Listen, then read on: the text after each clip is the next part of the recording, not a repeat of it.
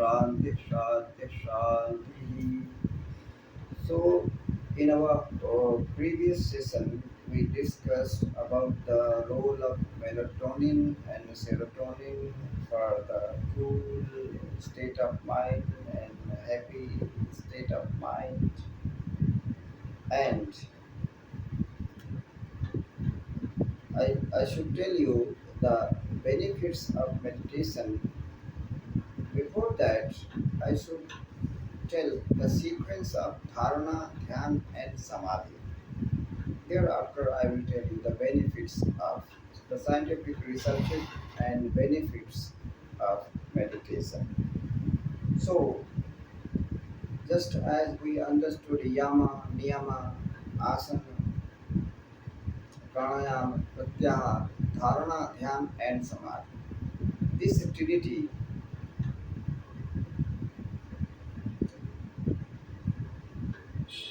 dharana, dhyan, and samadhi.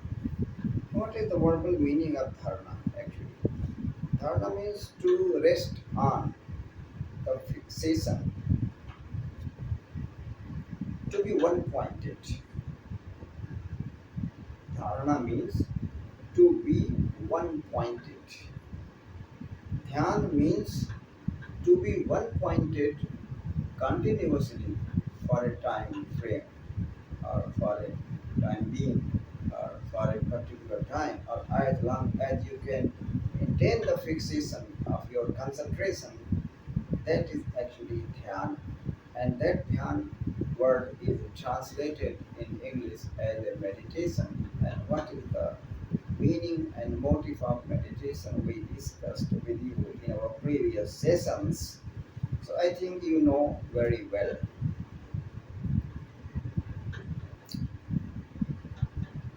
So to be one pointed is dharana. To maintain one pointedness for a longer time is dharana, sorry, dhyan. And when that dhyan takes naturally much more time and the thinking process is totally absorbed and the sense of or the experience of nothingness is achieved. The experience of nothingness is actually the state of trance. That's known as a transcendental state of practitioner, where there is nothing. That is called as a samadhi sequentially in scripture term. So this is the actually matter of degree and percentage. To be one pointed, dharana, and continuously to be one pointed for a longer time is dhyan.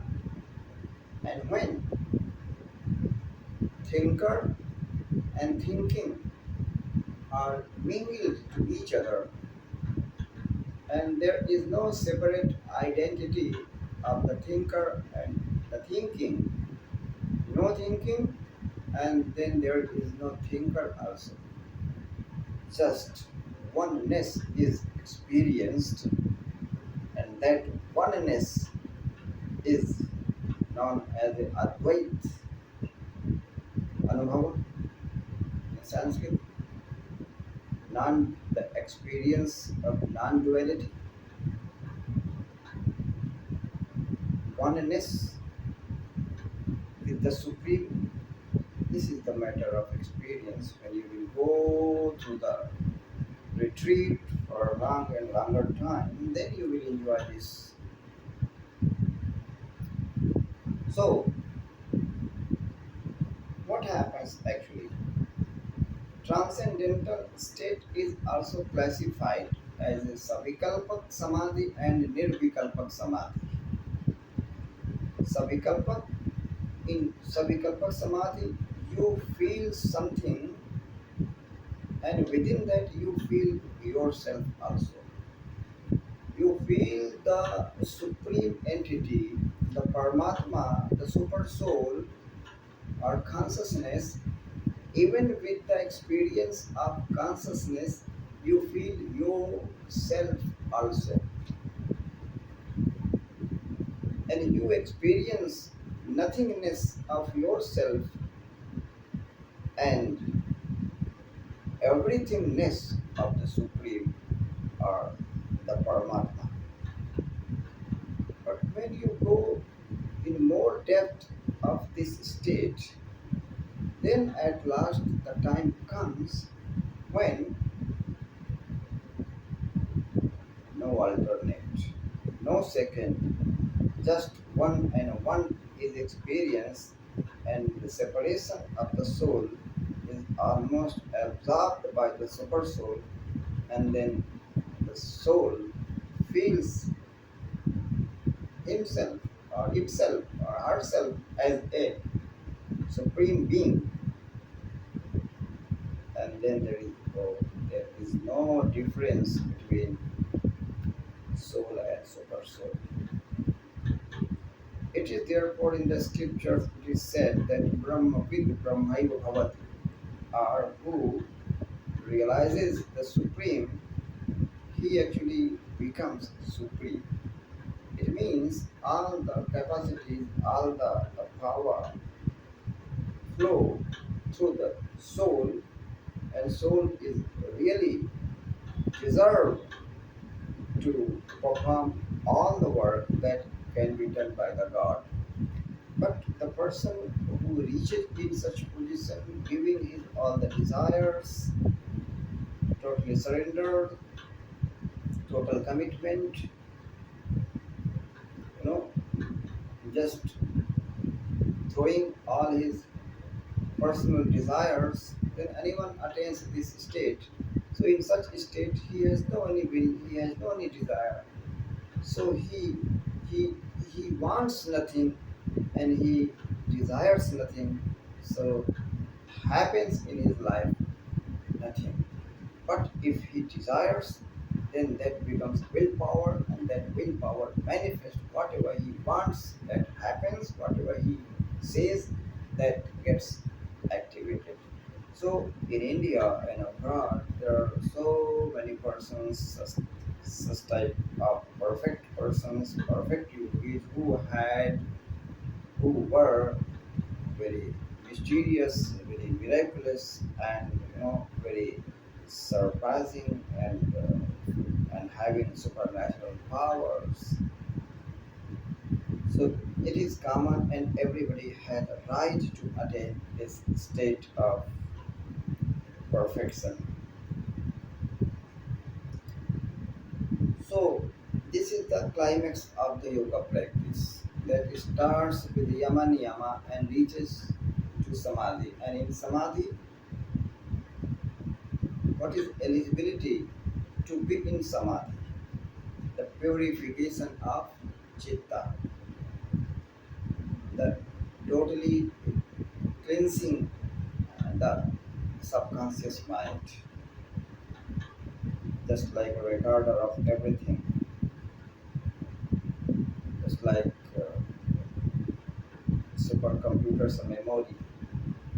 So first we have to delete our own memory, and that deletion requires meditation and all the religious practices, all the spiritual practices to be purified. And when anyone becomes purified, then he deserves, and then he becomes eligible to attain such transcendental experience, along with all the achievements of the life, just like fitness, wellness, and blissfulness. And accept all these three things. What do you want? I think nothing.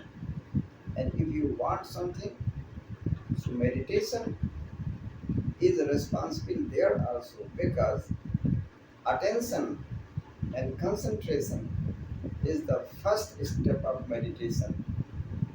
And if you are attentive and if you are focused, so you are semi-meditative, whether you know the word meditation or not, but actually in a real sense you are a meditator. So to be focused, to be one-pointed, to be concentrated, to be attentive mind is a compulsory for any productive and for any responsible person, whether that is material achievement or the spiritual achievements.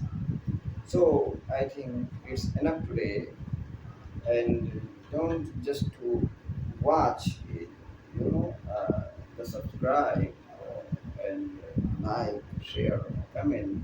Everybody, every YouTuber says this, so I am also repeating the same. But you are sensible, you are more sensible, more responsible. So you need not to remind. You should do this and then watch my next video.